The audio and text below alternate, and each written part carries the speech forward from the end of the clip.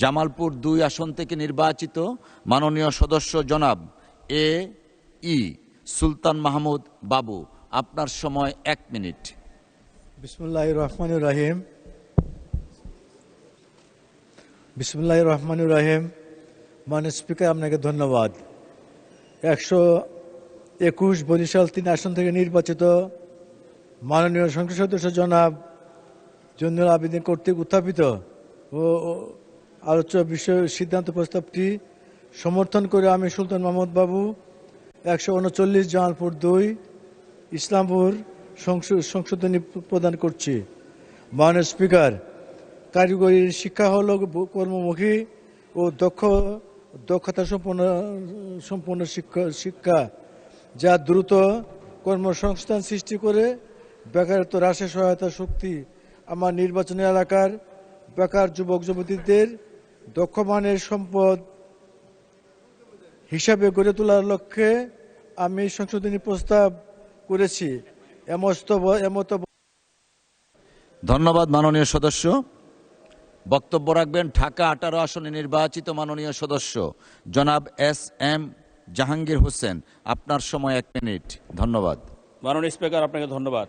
মাননীয় স্পিকার, মাননীয় সংসদ সদস্য জয়নাল আবদিন ১২১ বরিশাল ৩ কর্তৃক আনিত যে বরিশাল জেলার মৌলাদি উপজেলার একটি কারিগরি শিক্ষা প্রতিষ্ঠান অবিলম্বে স্থাপন করা হোক, আমি এটা সমর্থন করছি। পাশাপাশি কারিগরি শিক্ষা শিক্ষিত হয়ে আমাদের দেশে নিম্ন আয়ের মানুষগুলো যাতে অল্প সময়ে তাদের রুটি রোজগারের ব্যবস্থা করতে পারে, সেই জন্য বিশেষ করে আমার উন্নত এলাকা ঢাকা ১৮ আসনে প্রায় ২০ লক্ষাধিক মানুষ বসবাস করে, সেখানে কোনো কারিগরি শিক্ষা প্রতিষ্ঠান নাই। আমি মাননীয় শিক্ষামন্ত্রীর দৃষ্টি আকর্ষণ করে বলছি, ঢাকা ১৮তে যদি একটি কারিগরি শিক্ষা প্রতিষ্ঠান স্থাপন করা যায়, তাহলে সেখানে যে নিম্ন আয়ের মানুষগুলো আছে, সেই নিম্ন আয়ের মানুষগুলো সেখান থেকে শিক্ষিত হয়ে অল্প সময়ের মধ্যে তাদের কর্মের ব্যবস্থা করতে পারবে। মাননীয় প্রধানমন্ত্রীর সেরকম একটি প্রতিশ্রুতি আছে। কাজে আমি মনে করি ঢাকা ১৮ আসনে একটি কারিগরি শিক্ষা প্রতিষ্ঠান স্থাপন করা হোক। সকলকে আপনাকেও ধন্যবাদ মাননীয় সদস্য।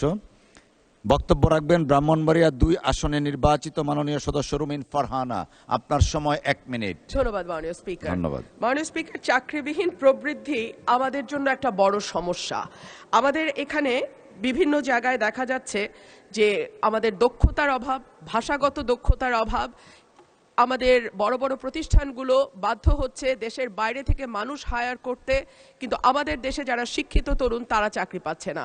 সম্প্রতি একটি পরিসংখ্যান বলছে যে মাধ্যমিকের নিচে শিক্ষাগত যোগ্যতা থাকা ব্যক্তিদের মধ্যে বেকারত্বের হার ৩.০১%, যেখানে উচ্চ শিক্ষিতদের ক্ষেত্রে সেটি ৮.৭%-এর বেশি।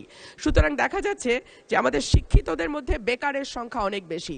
সেই জায়গায় আমরা যদি কারিগরি শিক্ষা প্রতিষ্ঠান বাড়াতে পারি, এবং আমি সেই কারণে আমার উপজেলা সরাইলে একটি কারিগরি বিশ্ববিদ্যালয় স্থাপনের জন্য অনুরোধ জানাচ্ছি। আমরা যদি এই কারিগরি শিক্ষা প্রতিষ্ঠানের সংখ্যা বাড়াতে পারি, দেখা যাবে আমাদের বেকারের হার অনেকখানি কমে এসছে। ধন্যবাদ মাননীয় সদস্য। বক্তব্য রাখবেন ব্রাহ্মণবাড়িয়া ৫ আসন থেকে নির্বাচিত মাননীয় সদস্য জনাব মোহাম্মদ আব্দুল মান্নান, আপনারও সময় ১ মিনিট। মাননীয় স্পিকার, আপনাকে ধন্যবাদ। আমি মাননীয় সংসদ সদস্য জনাব জয়নাল আবদিন সাহেবের উত্থাপনীয় সিদ্ধান্ত প্রস্তাবের সাথে একমত পোষণ করে আমি বলছি, আমার নির্বাচনী এলাকা ব্রাহ্মণবাড়িয়া ৫ নবীনগর, ১০ লক্ষ মানুষের বসবাস, এখানে কোনো কারিগরি শিক্ষা প্রতিষ্ঠান নাই। আমি মাননীয় প্রবাসী কল্যাণ মন্ত্রী মহোদয় দৃষ্টি আকর্ষণ করে বলতে চাই যে আমার নির্বাচনী এলাকায় একটি টেকনিক্যাল ট্রেনিং সেন্টার করা হোক। একটি ট্রেনিং সেন্টার করা হলে এখান থেকে ট্রেনিং নিয়ে আমাদের অনেক বেকার যুবক বিদেশে যে ভালো চাকরি করতে পারবে। আমি আরও প্রস্তাব করছি, আমার নবীনগরে একটি টেকনিক্যাল স্কুল অ্যান্ড কলেজ প্রতিষ্ঠা করা হোক। স্কুল অ্যান্ড কলেজ প্রতিষ্ঠা করলে স্কুল অ্যান্ড কলেজ থেকে লেখাপড়া করে পরবর্তী সময়ে সে অন্যান্য বুয়েটে ভর্তি হতে পারবে, মেডিকেলে ভর্তি হতে পারবে, অন্যান্য জায়গায় তারা চাকরি লেখাপড়া করে উচ্চশিক্ষিত হতে পারে। আমি মাননীয় ধন্যবাদ মাননীয় সদস্য।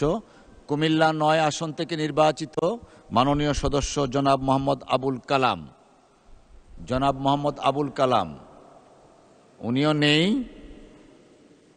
কুমিল্লা একটু বসেন দয়া করে প্লিজ, একটু বসেন প্লিজ। কুমিল্লা 10 আসন থেকে নির্বাচিত মাননীয় সদস্য জনাব মুবাশ্শের আলম ভূঁইয়া, আপনার সময় 1 মিনিট। বিসমিল্লাহির রহমানির রহিম। মাননীয় স্পিকার, আপনাকে ধন্যবাদ।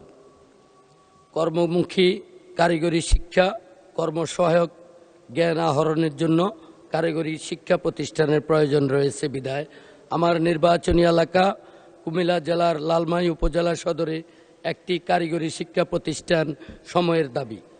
এমত অবস্থায় মূল প্রস্তাবের বরিশাল জেলার মুলাদি শব্দাবলীর পর কুমিল্লা জেলার লালমাই উপজেলায় একটি কারিগরি শিক্ষা প্রতিষ্ঠান স্থাপনকরণ শব্দাবলী সংযোজন করে মহান জাতীয় সংসদ কর্তৃক সিদ্ধান্ত প্রস্তাবটি গ্রহণ করা হোক। মাননীয় স্পিকার, আপনাকে ধন্যবাদ। ধন্যবাদ মাননীয় সদস্য। নরসিংদী 5 আসন থেকে নির্বাচিত মাননীয় সদস্য জনাব মোহাম্মদ আশরাফ উদ্দিন, আপনার সময় 1 মিনিট। ধন্যবাদ মাননীয় স্পিকার। আমরা জানি যে আমাদের বেকারত্বের হার অনেক বেশি।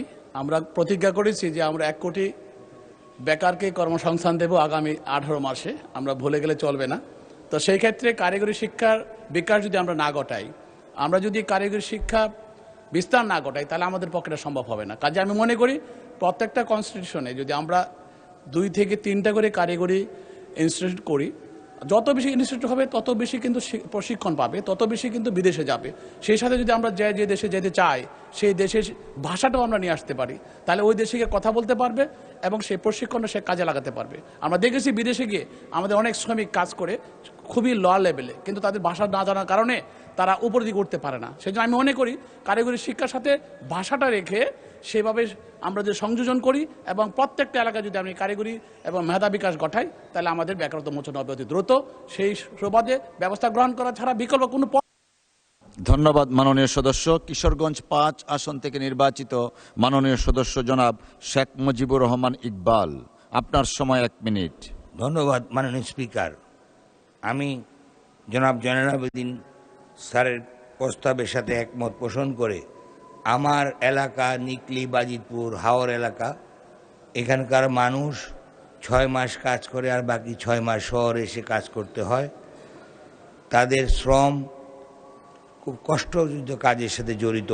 ঢাকা, চট্টগ্রাম, কেরানীগঞ্জ বিভিন্ন জায়গায় তারা কারিগরি শিক্ষার অভাবে রিক্সা চালাতে হয়, ঠেলাগাড়ি চালাতে হয় এবং দিনমজুরের কাজ করে।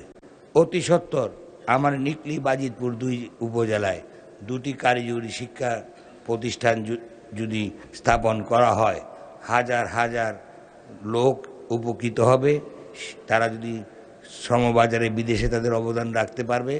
অতএব আমি অতি সত্বর আমার 2 এলাকায় 2টি কারিগরি শিক্ষা প্রতিষ্ঠান যাতে নির্মাণ ব্যবস্থা করার জন্য আপনার ধন্যবাদ মাননীয় সদস্য। ময়মনসিংহ 6 আসন থেকে নির্বাচিত জনাব মোহাম্মদ কামরুল হাসান, আপনার সময় 1 মিনিট। মাননীয় স্পিকার, আপনাকে ধন্যবাদ। আমি মাননীয় সংসদ সদস্য জয়নুল আবেদিনের প্রস্তাবটি সমর্থন করছি। পাশাপাশি আমি আমার ময়মনসিংহ জেলা ফুলবাড়িয়া উপজেলায় একটি কারিগরি স্কুল প্রতিষ্ঠার জন্য প্রস্তাব উত্থাপন করছি। আর একই সাথে সারা দেশেই আসলে বেকারত্ব দূরীকরণের জন্য এই স্কুল প্রতিষ্ঠা করা প্রয়োজন। বিশেষ করে আমার উপজেলায় 3 একর জায়গা অধিগ্রহণের প্রক্রিয়াটি চলমান ছিল জেলা প্রশাসন কর্তৃক। আমি অনুরোধ করতে চাই যে সেই চলমান প্রক্রিয়াকে অগ্রসর করার জন্য আজকে এই সংসদে আমি প্রস্তাব উত্থাপন করছি। মাননীয় স্পিকার, আপনাকে ধন্যবাদ। ধন্যবাদ মাননীয় সদস্য। সর্বশেষ বক্তা কুষ্টিয়া 2 আসন থেকে নির্বাচিত মাননীয় সদস্য জনাব মোহাম্মদ আব্দুল গফুর, আপনার সময় 1 মিনিট। বিসমিল্লাহির রহমানির রহিম। ধন্যবাদ মাননীয় স্পিকার। 121 বরিশাল 3 মাননীয় সংসদ সদস্য জনাব জয়নাল আবেদিন সাহেবের প্রস্তাবের সাথে একমত পোষণ করে আমার এলাকা 76 কুষ্টিয়া 2 মিরপুর একটি কারিগরি স্কুল অ্যান্ড কলেজ স্থাপনের জন্য আবেদন করছি। এই কারণে যে আমাদের এই জনশক্তিকে জনসম্পদে পরিণত করতে হলে কারিগরি শিক্ষা মাননীয় শিক্ষামন্ত্রীর দৃষ্টি আকর্ষণ করছে আপনার মাধ্যমে, যাতে আমার নির্বাচনী এলাকায় বিশেষ করে মিরপুরে একটি কারিগরি স্কুল অ্যান্ড কলেজ স্থাপন করা যায়। ধন্যবাদ মাননীয় স্পিকার। ধন্যবাদ মাননীয় সদস্য। মাননীয় সদস্যবৃন্দ, আমি এখন মূল সিদ্ধান্ত প্রস্তাব এবং তার উপর আনিত সংশোধনীগুলোর উপর মাননীয় শিক্ষামন্ত্রী ডক্টর আ.ন.ম এহসানুল হক মিলনকে তার বক্তব্য রাখার জন্য আহ্বান জানাচ্ছি। মাননীয় শিক্ষামন্ত্রী দয়া করে সংক্ষিপ্ত বক্তব্য রাখবেন। আপনাকে ধন্যবাদ। ধন্যবাদ মাননীয় স্পিকার, আপনাকে অশেষ ধন্যবাদ। আপনি সংক্ষিপ্ত বক্তব্য, আমি সংক্ষিপ্ত বলছি। আমি খুব আনন্দিত এবং গর্বিত যে এই বিষয়টিকে আমাদের মাননীয় প্রধানমন্ত্রী সবচেয়ে গুরুত্ব দিয়েছেন। এমনকি এই বিষয়টি নিয়ে আমি যে গবেষণা করেছিলাম, সেই গবেষণাপত্র 2015 সালে তিনি আমাকে সেই বিষয়ে গবেষণাও করিয়েছিলেন। সেই বিষয়টি জাতির উপলব্ধির বিষয় হয়েছে। আজকে এই জুলাই 24শে বিপ্লবের পর এই মহান সংসদে এসে সকলেই যে বাংলাদেশের কারিগরি শিক্ষা ব্যবস্থার প্রতি যে দৃষ্টি দিয়েছেন, যেটা মাননীয় প্রধানমন্ত্রী চেয়েছিলেন, সেই জন্য আমি আন্তরিকভাবে সকলকে ধন্যবাদ জানাই। আমি এর গুরুত্ব সম্পর্কে আর বিশেষায়িত কোনো কিছু বলতে চাই না, আজান হবে। তবে আমি বলতে পারি যে ইতিমধ্যেই আমরা এই বিষয়ে প্রজেক্ট হাতে নিয়েছি এবং মাননীয় প্রধানমন্ত্রীর উদ্দেশ্য হলেন তিনি চান প্রত্যেকটি উপজেলায় প্রত্যেকটি মাননীয় সংসদ সদস্যের জন্য একটি করে যেন কারিগরি স্কুল স্থাপিত হয়। এছাড়া 1996 সালে এবং 2001 সালে দেশমাতা বেগম খালেদা জিয়া যখন তিনি তার দায়িত্ব পেয়েছিলেন, তিনিও তখন কারিগরি শিক্ষাকে গুরুত্ব দিয়ে 64টি জেলায় 64টি পলিটেকনিক ইনস্টিটিউট স্থাপন করেছিলেন। ইতিমধ্যে আপনারা দেখতে পেয়েছেন সেগুলি প্রতিষ্ঠিত হয়েছে। এসএসসি ভোকেশনাল হতে SSC vocational, technical vocational centre, এগুলি সবগুলোর কাজ তখন থেকে শুরু হয়েছিল। এই পর্যায়ে মাননীয় প্রধানমন্ত্রী তিনি সবচেয়ে বেশি গুরুত্ব দিয়েছেন। তাই আমি আজকের এই প্রস্তাব উত্থাপিত মাননীয় সংসদ সদস্য জনাব জয়নুল আবেদিন বরিশাল 3 তিনি যে প্রস্তাবটি করেছেন, ইতিমধ্যে তার এলাকা এই কারিগরি স্কুলের বিষয়ে কাজ আমরা হাতে নিয়েছি। আমরা বাকিগুলো কাজ পর্যায়ক্রমে করব।